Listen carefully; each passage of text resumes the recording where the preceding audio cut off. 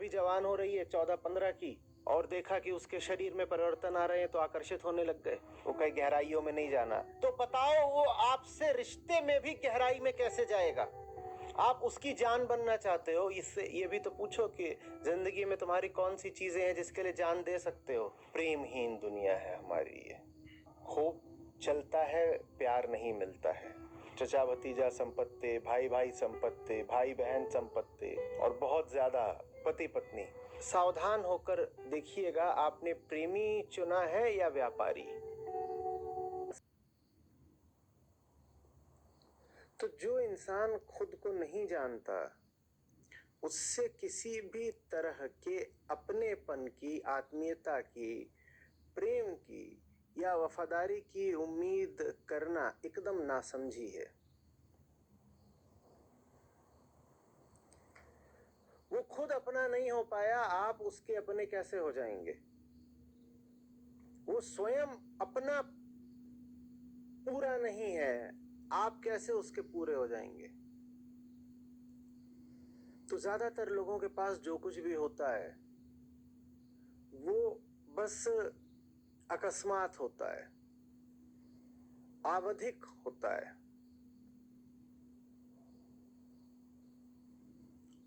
बिकने को तैयार पड़ा होता है, अभी तक बिक नहीं पाया,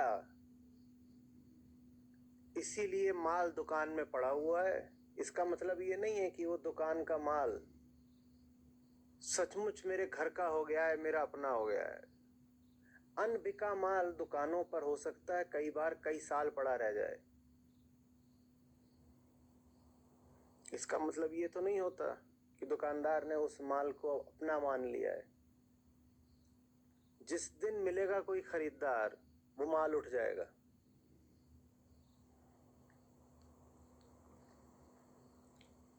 अहंकार माने दुकानदार, रिश्तों का दुकानदार। सस्ता माल तो फिर भी पड़ा हुआ है तो कोई बात नहीं, उसमें पैसा ज्यादा फंसा नहीं था। महंगा माल तो आते ही कहते हो अब इसको निकलना भी चाहिए जल्दी। और आप ये सोच रहे हो कि मैं इसकी जिंदगी का महंगा माल हूं, ये मुझे कभी बाहर नहीं निकालेगा। साहब, आप जितने महंगे हो, माने श्रेष्ठ हो, जितने ऊंचे हो, आपको उतनी जल्दी बेचा जाएगा। अब बेचने का मतलब ये नहीं कि अनिवार्य रूप से आपको बेचकर आपसे कोई ऊंची चीज ही हासिल की जाएगी। नहीं नहीं नहीं, ये बड़ा नासमझ दुकानदार है। अपनी नजर में ये बहुत चतुर है, चालू है, स्मार्ट है, पर है मूर्ख ही, पगला। इसको मूल्यांकन करना आता कहाँ है? ये आज तक अपना मूल्यांकन नहीं कर पाया, ये खुद को नहीं जानता। तो इसकी दुकान में जो माल है, इसने जो रिश्तों की दुकान सजाई है, उसका भी मूल्य महत्व ये नहीं जानता। ये नहीं जानता कौन सी चीज का क्या महत्व है। तो ये बिल्कुल संभव है कि ये बहुत किसी ऊंची चीज को बेच करके बहुत कोई घटिया 2 कौड़ी की सस्ती चीज ले आए। ये तो हो सकता है, ऊंची चीज को बेच करके सस्ती चीज ले आया। पर यह नहीं हो सकता है कि बेचा ही नहीं। यह संभव नहीं है कि बेचा ही नहीं, क्योंकि न बेचने का मतलब है कुछ ऐसा पा लेना जिसको पूरी तरह अपना लिया, जो स्वयं से अब अनन्य हो गया, जिसको अलग करने का ख्याल भी मौत जैसा हो। इस दुकानदार के लिए कुछ ऐसा नहीं होता जिसको अलग करने का ख्याल भी इसके लिए मौत जैसा हो। उसी के लिए हमारी भाषा में शब्द होता है पवित्र, और अंग्रेजी में सीक्रेट। दुकानदार वो जिसके लिए कुछ भी सीक्रेट नहीं होता, सब कुछ बिकाऊ होता है, बस जाने के लिए। और याद रखिए, अगर आप उसकी जिंदगी से जा नहीं रहे तो आप उसकी दुकान के अनबिके माल की तरह हैं। फिर आप उसकी जिंदगी में हैं, इस बात का उसको बड़ा अफसोस रहेगा। वो मन ही मन कुढ़ता रहेगा। जैसे कोई दुकानदार अपनी दुकान के न बिकते हुए माल को देखकर कुढ़ता है,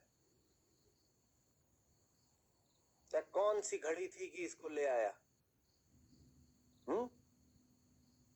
इसकी कोई मांग तो है नहीं, कोई नहीं आता कि इसको ले जाए और उसके बदले में कुछ दे जाए। आप अगर इस व्यापारी अहंकार की जिंदगी में हैं तो बस ये उम्मीद मत करिएगा कि आप वहां टिक गए हो, बस गए हो, आपको ठिकाना मिल गया या आपको घर मिल गया कि कोई आपको अपना मिल गया।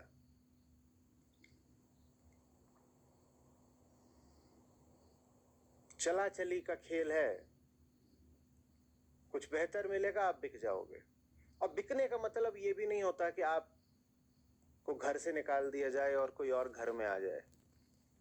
बिकने का मतलब बस ये होता है कि जो स्थान आपका था वो स्थान किसी और चीज को दे दिया जाएगा। हो सकता है घर में आपका स्थान यथावत रहे कि जैसी जगह पहले आपकी घर में थी, अभी भी घर में आपको जगह मिली हुई है। मन में वो आपकी जगह नहीं रह जाएगी जो आपको दी गई थी। दुकानदार अपने माल को जगह देता है दुकान में और अहंकार अपने माल को जगह देता है मन में। तो दुकानदार जब अपना माल बेचता है तो उसे दुकान से निकाल देता है, और अहंकार जब अपना रिश्ता बेचता है तो उसे अपने मन से निकाल देता है।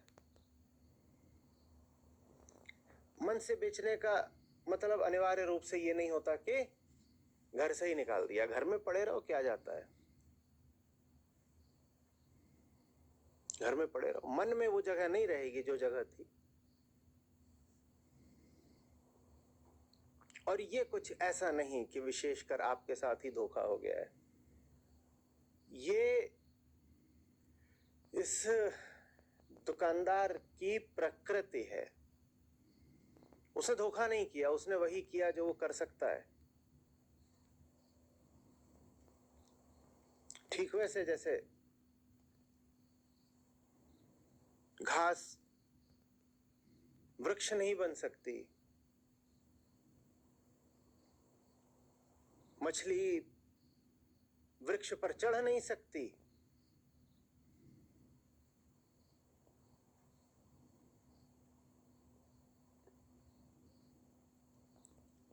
सांप डसेगा ही, जानवर हिंसक है शेर जैसा तो घास खाएगा नहीं। पेड़ पर चढ़ाओगे, कैसे घास को वृक्ष बनाओगे, कैसे शेर को घास खिलाओगे। और शेर अगर मांस खाता दिखे तो उसने कोई तय थोड़ी करा था, उससे हो गया, उससे होता रहेगा, वो नहीं बदल सकता, ये उसकी प्रकृति है।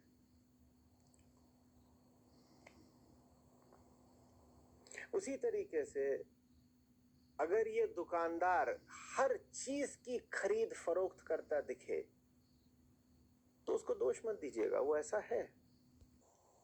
उसी तरीके से अगर ये दुकानदार हर चीज की खरीद फरोख्त करता दिखे तो उसको दोष मत दीजिएगा, वो ऐसा है। आप अगर उसकी दुकान का माल है तो दोष आपका है। आपको नहीं दिख रहा था कि आप कहां सजने जा रहे हो। और ठीक जिस प्रक्रिया से आप उसकी जिंदगी में आए थे, बिल्कुल बिल्कुल उसी प्रक्रिया से आप उसकी जिंदगी से जाओगे। आप उसके जीवन में आए भी थे दुकान में किसी खाली जगह को भरने के लिए।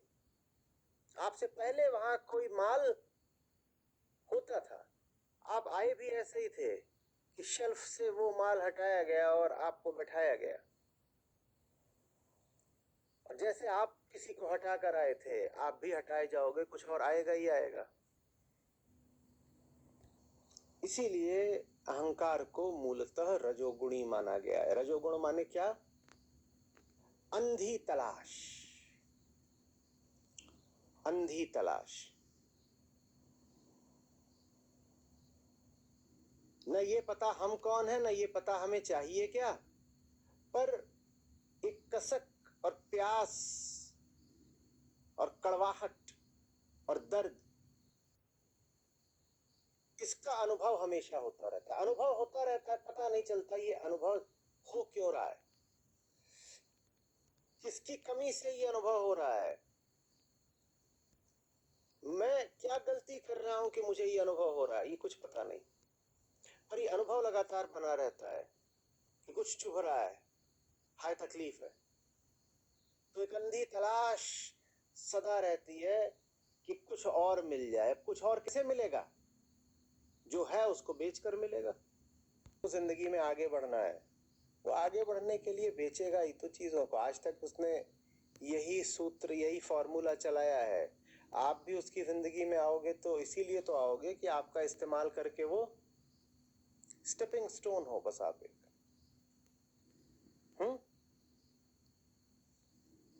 सीढ़ियां होती हैं, एक सीढ़ी पे पांव रखा जाता है इसलिए थोड़ी कि पांव वहीं पे जम जाए, इस सीढ़ी से प्यार हो गया है। सीढ़ी पे पांव रखा ही इसीलिए जाता है कि उस पे पांव रख के आगे बढ़ जाया जाए। पांव रख के हम सीढ़ी को एक तरह से, सवाल ये नहीं है कि वो आपके प्रति खरीद फरोख्त की दृष्टि रखता है कि नहीं, सवाल ये है कि वो व्यापारी है कि नहीं। वो अगर व्यापारी है तो वो किसी से प्रेम नहीं कर सकता। आप अपवाद कैसे बन जाओगे? और उसने कोई आपके साथ विशेषकर अन्याय या साजिश भी नहीं कर दिया। आपको खासकर चुन के ना उसने अन्याय करा है ना षड्यंत्र। वो और कुछ कर सकता ही नहीं किसी के भी साथ। तुम मुझसे प्यार करते हो, प्रश्न ये होना चाहिए, क्या तुम में किसी से भी प्यार करने की काबिलियत है? मुझसे प्यार, क्या तुम मेरे लिए उड़ोगे? मूर्खता का सवाल है ना। प्रश्न ये होना चाहिए, क्या तुम में उड़ने की काबिलियत है? तुम किसी से प्यार नहीं कर सकते। 1000 में से 999 लोग प्रेम करने में अक्षम होते हैं। प्रेम कोई सस्ती चीज नहीं होती।